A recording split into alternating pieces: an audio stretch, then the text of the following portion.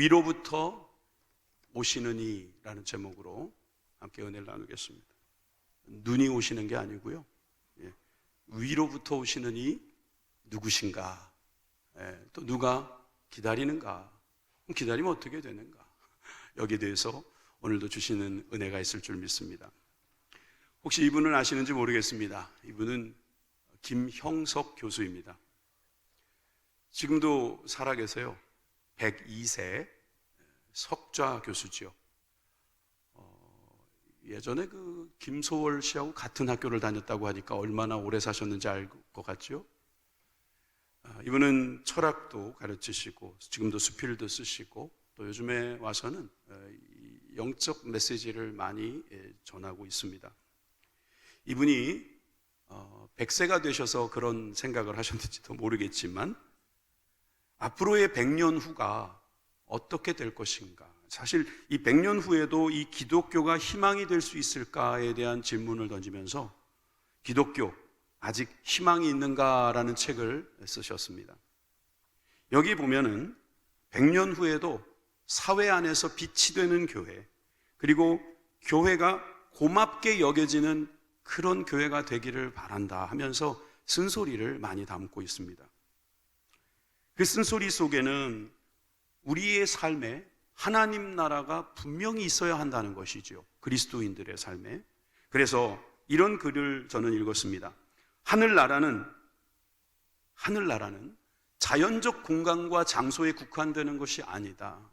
정신적 공간, 즉 정신적이며 영적인 삶이 은총으로 채워지는 영원성을 뜻한다. 학자라서 글이 좀 약간 어려울 수 있어요. 근데 보세요. 하나님 나라, 우리 저 천국은 말입니다.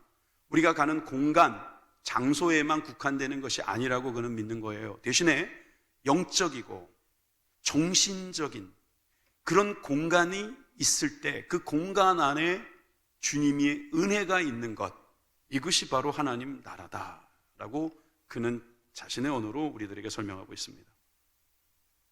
이 세상에는요, 두 종류의 사람이 있습니다. 영생이 있는 사람과 영생이 없는 사람이요. 이건 다른 표현으로 말하면 하나님 나라를 바라보는 사람과 하나님 나라를 바라보지 않는 사람, 두 종류의 사람이 있다는 거죠. 이 두 종류의 사람이 살아가는 방법에 있어서도 다를 것은 분명하지 않습니까? 특별히 하나님 나라를 바라보는 사람, 영생을 믿는 사람들은 나의 힘으로는 그것이 가능하지 않다는 것을 잘 알고 있습니다. 이미 나는 죄인이요, 나는 이미 실패자요, 나는 이미 모든 것들에 있어서 감당할 수 없는 연약한 사람입니다 라고 고백하는 사람들이죠. 그런 사람들은요, 한 가지만 기다립니다. 위로부터 오시는, 나를 구원해 주실 분. 내 힘으로는 안 됩니다. 아무리 노력해도 안 됩니다. 그런데 주님 도와주시면 가능합니다. 그런 모습이 있는 것입니다. 여러분, 그런 사람들이 예수님 믿더라고요. 그런 분들이 구원받더라고요. 그런 분들이 영생을 얻습니다. 여러분, 잘 생각해 보세요. 오늘 이 성전을 떠나기 전에 여러분들에게 소망이 있기를 바랍니다. 위로가 있기를 바랍니다. 능력이 생기시길 바랍니다. 그러려면 우리는 한 가지에 집중해야 합니다. 오늘 제목처럼 위로부터 오시는 이, 이분이 누군지를 알아야 합니다. 그래서 첫째로 누구를 기다립니까? 우리는 누구를 기다리고 있습니까? 여기에 대해서 우리가 함께 은혜를 나누고자 합니다. 여러분, 오늘 이 말씀, 우리에게 주신 이 3장 31절 이하의 말씀 속에 31절을 보시면은 위로부터 오시는 이가 있다고 그랬어요. 이분은 하늘로부터 오시는 이라고 설명을 하고 있습니다. 저를 보여주세요. 여러분, 위로부터 오시는 이, 하늘로부터 오시는 이에 대한 설명은 누가 하고 있는 거냐면 이 배경을 보면 세례 요한이 하는 말입니다. 좀 설명이 필요합니다. 세례 요한이 세례를 베풀고 있을 때 사실은 예수님도 제자들과 함께 세례를 베풀고 있었습니다. 요한복음 3장, 우리 오늘 본문의 앞쪽에 가보면 22절에 그 후에 예수께서 제자들과 유대 땅으로 거기 가서 함께 유하시며 세례를 베푸시더라, 이렇게 돼 있어요. 아, 그럼 예수님이 세례를 베푸셨구나. 아니요, 예수님이 직접 세례를 베풀지는 않았습니다. 4장 2절에 가보면, 4장 2절을 보면은 예수께서 친히 세례를 베푸신 것이 아니요 제자들이 베푼 것이다. 이렇게 설명하고 있습니다. 굳이 가로까지 쳐가면서 왜 저렇게 설명하고 있을까를 저는 잠시 고민해 봤습니다. 누구도 말해주진 않지만 저는 그렇게 생각합니다. 여러분, 예수님께서는 불로 세례를 주실 거거든요. 성령의 세례를 주실 거거든요. 그러니까 제자된 저와 여러분들은 물로 세례를 주는 거예요. 그러니까 구분하신 것 같아요. 그런데 제자들과 함께 세례를 베풀고 있는 그 자리에 세례 요한도 세례를 베풀었다고 23절에 나와 있습니다. 23절에 보면 요한도 살렘 가까운 에논에서 세례를 베푸니 거기 물이 많음이라. 그러므로 사람들이 와서 세례를 받더라. 사람들이 많이 몰려왔습니다. 예수님께도 가서 세례를 받고 세례 요한에게도 가서 세례를 받습니다. 사람들이 이렇게 세례를 받을 때 거기 따르는 사람들이 있었겠죠. 예수님의 제자들도 예수님을 대신해서 세례를 주고 세례 요한도 그 제자들과 함께 세례를 주고 있었을 거예요. 그런데 세례 요한의 제자들이 갑자기 옆에서 세례를 주고 있는 예수님의 이야기와 그 광경에 주목을 하게 됩니다. 그리고 나서 약간의 불평이 섞인 말을 하기 시작합니다. 26절입니다. 3장 26절에 그들이 요한에게 가서 이르되 랍비여, 선생님과 함께 요단강 저편에 있던 이, 예수님의 이름을 아직 못 들었는지 선생님과 함께 요단강 저편에 있던 이라고 굳이 길게 예수님에 대하여 이야기를 꺼냈습니다. 곧 선생님이 증언하시던 이가 지금 세례를 베푸는데 사람들이 다 그리로 가더 있다. 다시 보여주세요. 26절. 세례를 베풀고 있을 때 사람들이 다 그에게로 가더 있다. 여러분, 저 그에게로 가다, 예수님에게로 가다, 다 가더라. 그 말은 뭐예요? 우리한테 오던 사람이 다 그쪽으로 가더라. 좀 속된 말로 그쪽이 장사가 더 잘 되는 것 같습니다. 왜 우리한테는 그동안 왔던 사람들이 오지 않느냐 이 말이죠. 이제 다시 저를 보여주세요. 자, 여러분, 예수님이 지금 세례를 베풀고 계시는 그 자리와 세례 요한이 이렇게 세례를 베푸는 자리에서 세례 요한의 제자들의 눈에 띄었던 그 분, 바로 예수님에 대해서 지금 세례 요한이 설명하기 시작합니다. 왜? 세례 요한이 예수님을 전파하기 위해서 이 땅에 왔거든요. 그래서 그는 이렇게 말문을 엽니다. 31절 다시 읽는 거거든요. 위로부터 오시는 이, 만물 위에 계시고 땅에서 난 이는 땅에 속하여 땅에 속한 것을 말하느니라. 하늘로부터 오시는 이는 만물 위에 계시나니. 이거를 제가 풀었으면 위로부터 오시는 이, 그는 하늘로부터 오시는 이요 만물 위에 계신 이입니다 라고 말하는 거예요. 제자들에게. 이렇게 말하지 말라는 거예요. 선생님과 함께 요단강 저편에 있던 이가 아니고 위에서부터 오시고 하늘에서 오셔서 만물 위에 계신 그분을 우리는 이제 믿어야 한다는 것을 설명하고 있는 것입니다. 여러분, 세례 요한이 그분을 소개하는 거예요. 그분이 바로 누구냐면 바로 우리가 기다리는 그분이에요. 그분이 바로 위에서부터 내려오신 분이십니다. 하늘에서 내려오셨다는 것입니다. 그리고 만물 위에 계신 거예요. 근데 무슨 일을 하시는가? 자, 34절과 35절을 다 같이 읽겠습니다. 시작. 하나님이 보내신 이는 하나님의 말씀을 하나니 이는 하나님이 성령을 한량없이 주심이니라.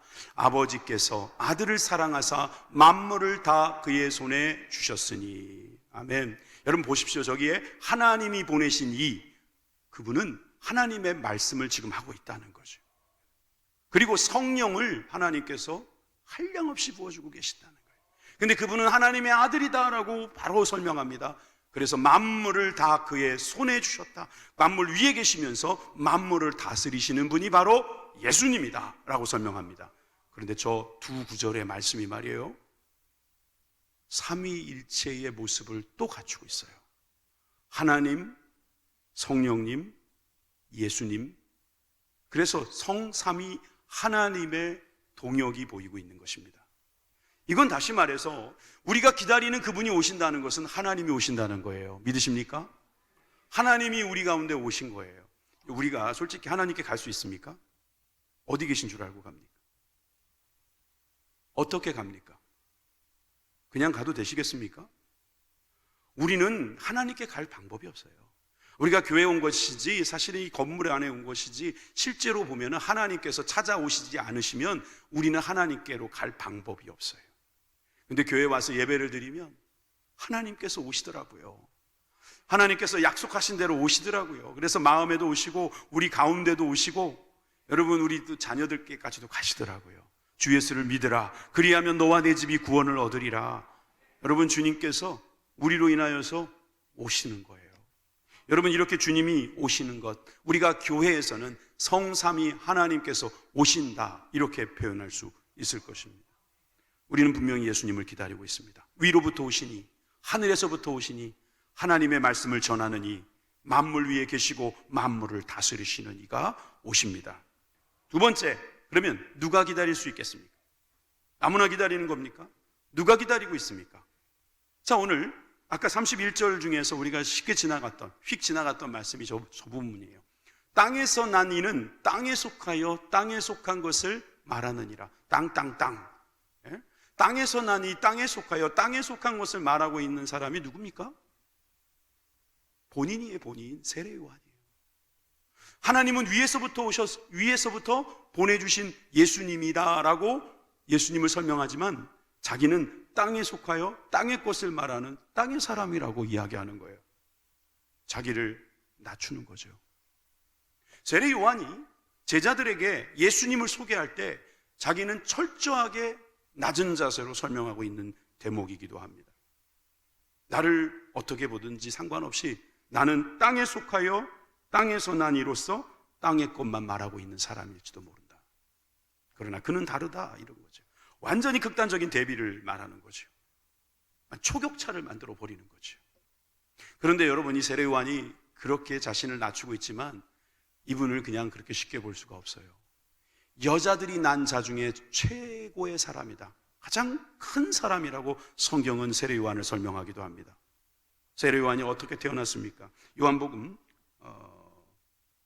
1장 5절에 보니까요. 유대왕 헤롯 때에 아비야의 반열 제사장의 한 사람이 있었으니 그 이름은 사가랴라고 소개합니다. 그 사가랴는 세례 요한의 아버지입니다. 그리고 그의 아내는 아론의 자손이니 이름은 엘리사벳이다. 바로 세례 요한을 품은 사람이 바로 엘리사벳인 것이죠. 근데 저 두 사람을 보세요. 제사장의 가문이에요. 모계도 저희 어머니는 권씨인데 권씨 집안도 예를 들어 양반이고 정씨 집안도 양반이면 다 양반이죠.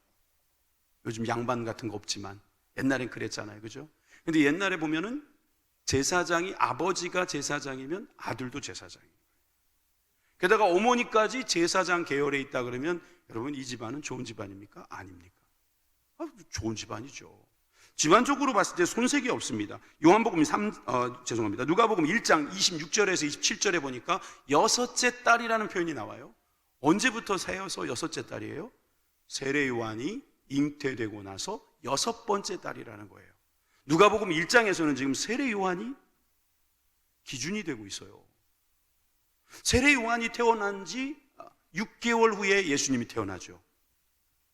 여러분 예수님이 마리아에게서 요셉의 아버지로 태어나는데 성령으로 잉태해서 태어날 때 여러분 세례 요한보다 6개월 후에 태어납니다.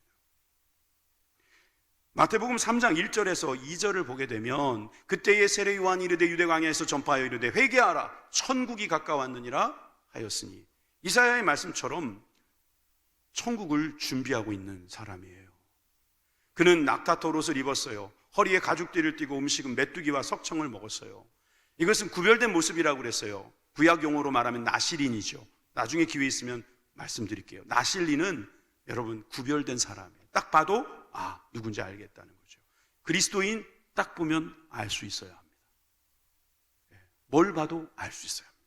먹는 걸 봐도 알 수 있고 하는 짓을 봐도 알 수 있고 말하는 것 봐도 알 수 있는 그런 구별된 사람, 나실인이죠. 왜 우리가 술을 안 먹습니까? 나실인이라고 생각하기 때문입니다. 포도에서 나온 것을 가지고 즐거워하는 것이 아니라 하늘에서 가지고 나온 것을 즐거워하는 사람. 그러니까 일부러 거부하는 것입니다. 못 먹어서 그런 게 아니에요. 알러지가 나서 안 먹는 게 아니에요. 그러나 우리가 그걸 멀리하는 이유는 나실이다. 근데 세례 요한이 바로 그런 사람이었어요.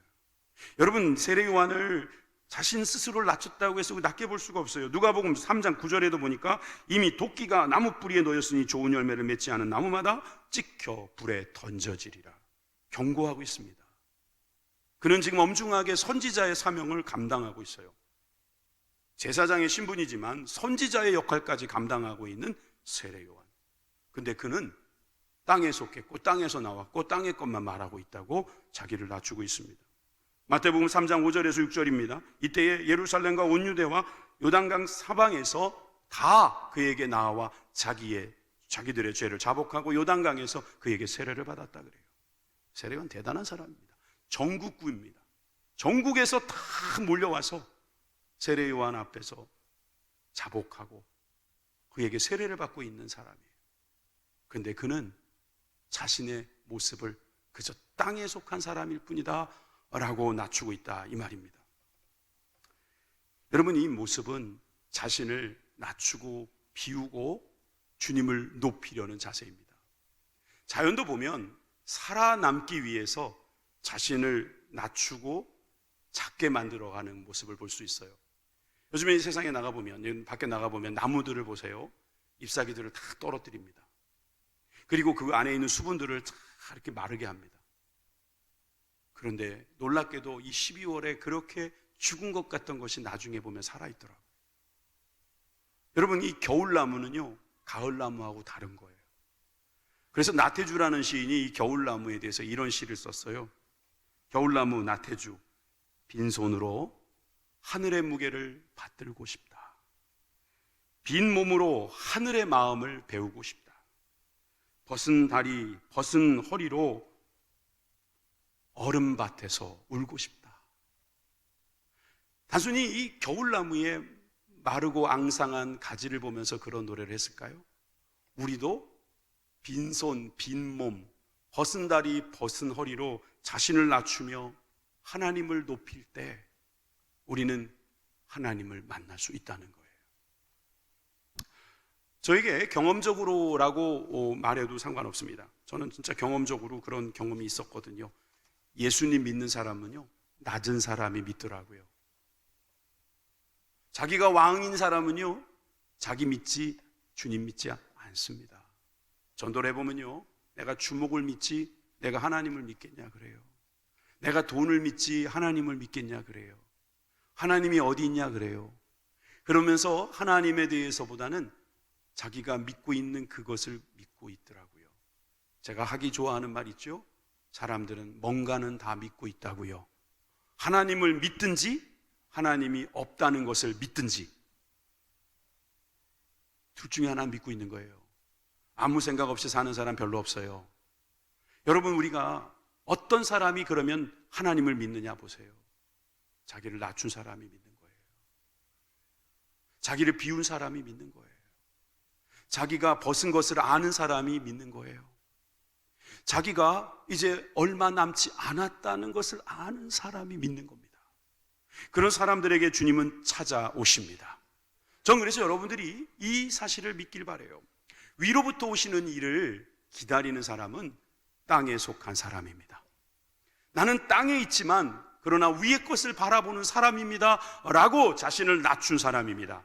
그래서 세례 요한은 이렇게 고백합니다. 30절에서 그는 흥하여야 하겠고 나는 쇠하여야 하리라.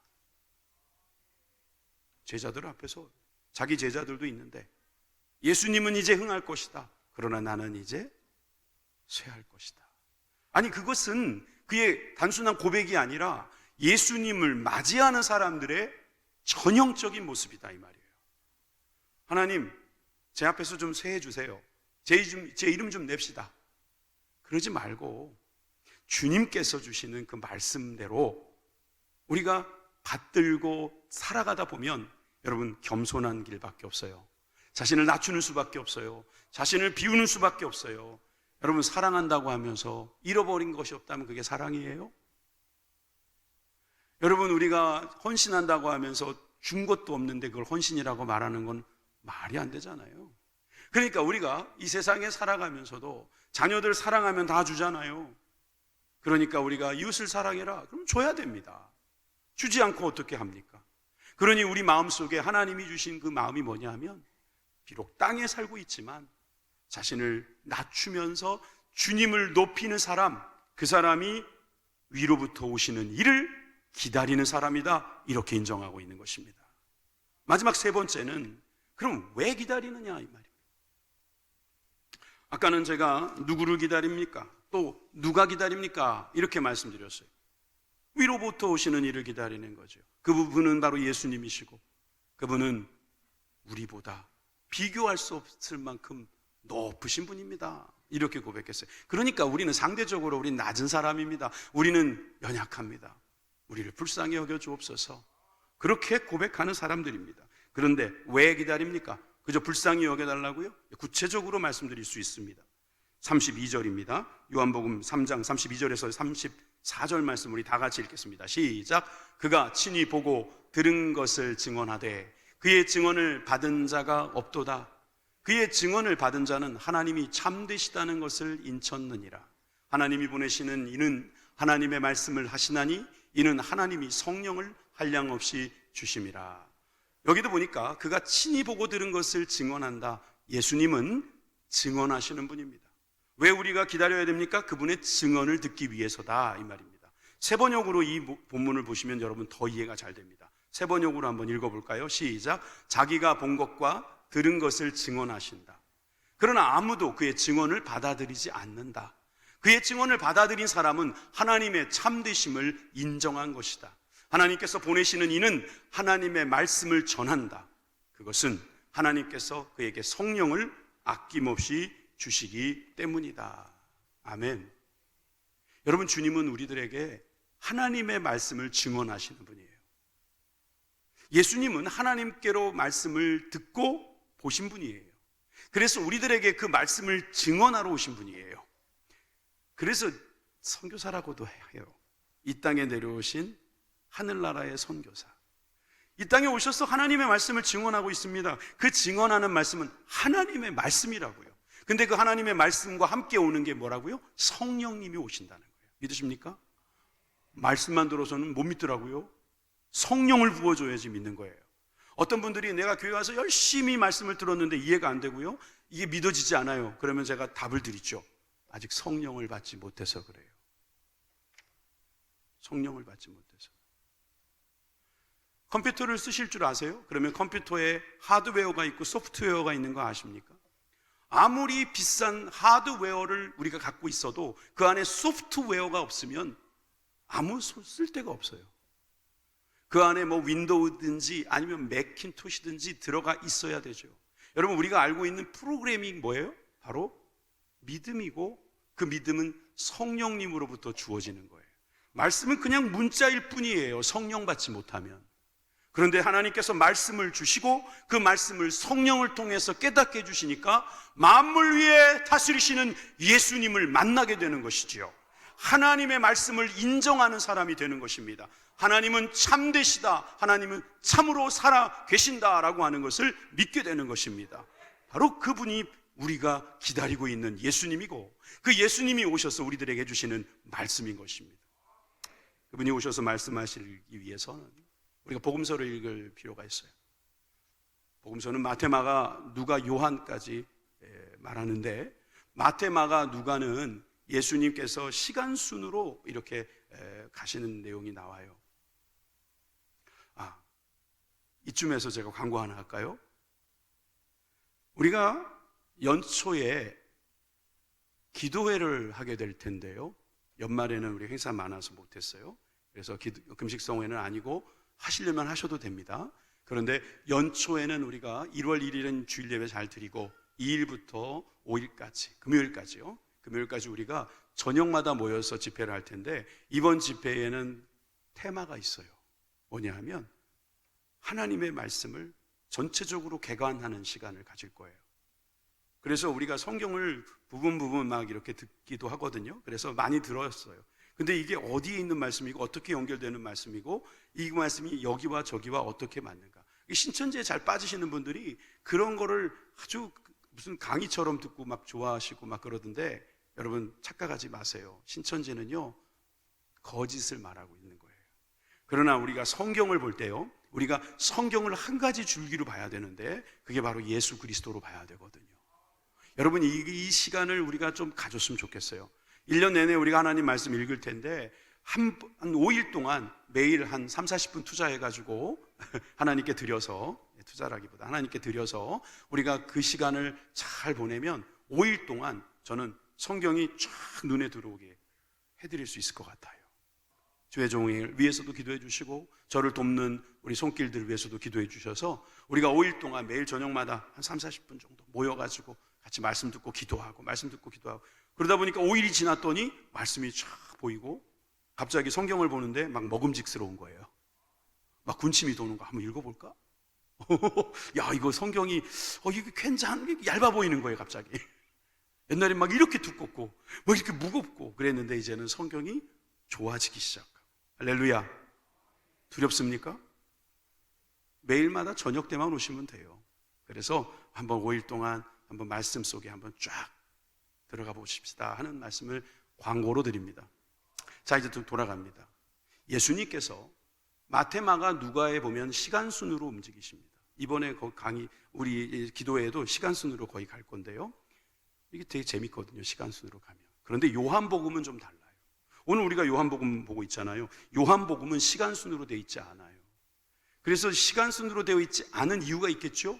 그 이유는 바로 예수님께서 내가 누구인지를 말씀하시기 위해서 이 글을 우리에게 주셨기 때문입니다. 자, 요한복음에 보면 예루살렘에 들어갔다는 내용이 3번이나 나옵니다. 다른 복음서에서는 구체적이지 않을 때가 많아요. 요한복음 2장 13절에 보면 유대인의 우월절이 가까운지라 예수께서 예루살렘으로 올라가셨더니 또 5장 1절에 보시면 그 후에 유대인의 명절이 되어서 예수께서 예루살렘에 올라가시니라. 또 10장 22절에서 23절에 보니까 예루살렘에서 수전절이 이른 이때는 겨울이라 예수께서 성전한 솔로몬 행각에 거니시니. 그래서 예수님께서 예루살렘에 자꾸 들어가세요. 예루살렘이 뭐가 있는 곳이죠? 성전이 있는 곳이죠. 성전에 가셔서 예수님은 무엇을 말씀하시려고 하셨을까요? 7가지. 나는 나다. 여호와라는 말씀이 나는 나다잖아요. 그래서 이건 헬라어로 바꾸면 에고 에이미라고 해요. 그래서 요한복음에 보면 7가지 예수님께서 밝히신 예수님의 정체가 나옵니다. 7가지입니다. 나는 생명의 떡이다. 나는 세상의 빛이다. 나는 양의 문이다. 나는 선한 목자다. 나는 부활이요 생명이다. 나는 길이요 진리요 생명이다. 나는 참 포도나무다. 7가지를 말씀하셔요. 예수님처럼 분이세요. 근데 말씀만 하시는 게 아니라 나는 이렇다라고만 말씀하시는 게 아니라요, 보여주십니다. 우리들에게. 어떻게 보여주시냐면 예수님께서 이렇게 말씀을 하시는 거예요. 나는 참 포도나무이므로 가나의 혼인잔치에서 물이 변하여 포도주를 만든다. 나는 길이요 진리요 생명이므로 왕의 신하의 아들을 고쳐준다. 양의 문이므로 나는 베데스다 연못가에서 병자를 고치겠다. 나는 생명의 떡이므로 5,000명을 먹이겠다. 나는 선한 목자이므로 주님께서 물 위를 걸어주시는 거예요. 그리고 세상에 비치신 주님이 날 때부터 앞을 보지 못한 청년을 눈뜨게 하십니다. 부활이요 생명이라고 말씀하신 주님께서 나사로를 살려주십니다. 할렐루야. 에고 에이미만 말씀하신 게 아니라 거기에는 주님께서 보여주신 세메이온 표적이 따르더라는 거예요. 이 말씀을 우리가 받는 것입니다. 주님이 오시면 기다리는 사람들이 받게 되는 그 증언이 뭐냐면 바로 하나님은 이런 분이시고 예수님은 이런 분이시고 성령님은 이런 일을 하신다는 거예요. 믿으시면 아멘 하십시다. 여러분, 이것이 바로 영생이에요. 영생. 이 말씀을 한마디로 줄이면 영생이에요. 35절과 36절을 같이 읽겠습니다. 시작. 아버지께서 아들을 사랑하사 만물을 다 그의 손에 주셨으니 아들을 믿는 자에게는 영생이 있고. 할렐루야. 여러분, 이 영생이란 말은요, 헬라어로 보면 되게 길어요. 조엔 아이오니온이라고 해요. 조엔이라는 말은 생명이라는 뜻, 조에에서 나온 말이고, 아이오니온이라는 말은 영원한, eternal, 영원한 것을 말해요.